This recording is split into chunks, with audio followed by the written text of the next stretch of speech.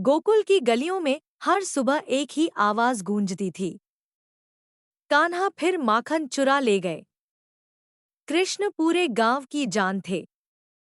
उनकी मुस्कान देखकर हर किसी का मन खुश हो जाता था। लेकिन सबसे ज्यादा प्यार उन्हें अपनी दादी से था। दादी हर रात उन्हें गोद में सुलाती, चंदा मामा की कहानियां सुनाती और सुबह अपने हाथों से माखन मिश्री खिलाती। कान्हा जी भी हर छोटी बात दादी को ही बताते थे। एक दिन सुबह से ही कान्हा अपने दोस्तों के साथ खेल रहे थे। दौड़ते दौड़ते वे थक गए और भूखे भी हो गए। वे खुशी खुशी घर आए और जोर से बोले, दादी, देखो मैं आ गया। जल्दी से माखन दो ना। लेकिन उस दिन घर में बहुत सारे मेहमान आए हुए थे। दादी रसोई में सबके लिए भोजन बनाने में लगी थी। उन्होंने जल्दी से कहा, लल्ला, अभी थोड़ा रुको, पहले मेहमानों को खाना दे दूं। कान्हा चुप हो गए।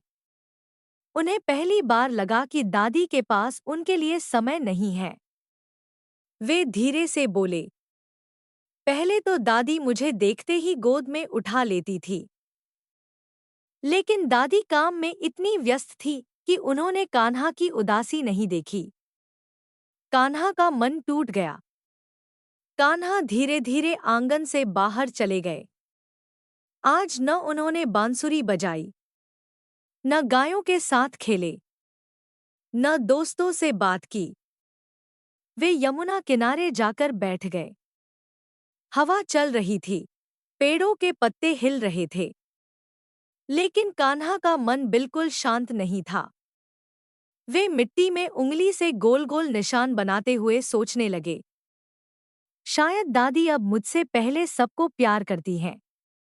उनकी आंखों में आंसू आ गए।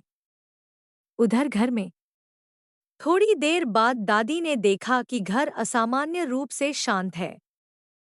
न कान्हा की हंसी, न उनकी शरारतें। दादी घबरा गई। उन्होंने पूरे घर में खोजा। अरे, मेरा लल्ला कहाँ गया? गोपियों से पूछा, दोस्तों से पूछा, लेकिन कान्हा कहीं नहीं मिले। फिर एक बच्चे ने कहा, मैंने कान्हा को यमुना किनारे जाते देखा था। दादी तुरंत वहां पहुंची। दादी की आंखों में आंसू। उन्होंने देखा, कान्हा अकेले बैठे थे, सिर झुकाए। दादी धीरे से उनके पास बैठीं और प्यार से बोलीं, क्या हुआ मेरे लाल? कान्हा ने मुंह फेर लिया। आपको मेरी याद कहाँ? आपको तो बस मेहमानों की चिंता थी। दादी का दिल भर आया। उन्होंने कान्हा का चेहरा अपने हाथों में लिया और बोलीं, लल्ला, दुनिया में सबसे प्यारा तू ही है। मेहमान तो आते जाते रहते हैं, लेकिन तू तो मेरी सांसों में बसता है। कान्हा धीरे से बोले, फिर आपने मुझे पहले प्यार से क्यों नहीं बुलाया? दादी मुस्कुराईं और बोलीं, क्योंकि मैं सोच रही थी कि मेरा कान्हा बड़ा हो गया है। लेकिन आज समझ गई कि मेरा लल्ला अभी भी वही छोटा बच्चा है। यह सुनते ही कान्हा दादी से लिपट गए। फिर क्या हुआ? दादी उन्हें घर ले आईं। अपने हाथों से माखन मिश्री खिलाया। कान्हा हंसते हुए बोले, अब मैं कभी आपसे नाराज नहीं होऊंगा। दादी ने हंसकर कहा, और मैं कभी अपने कान्हा को उदास नहीं होने दूंगी।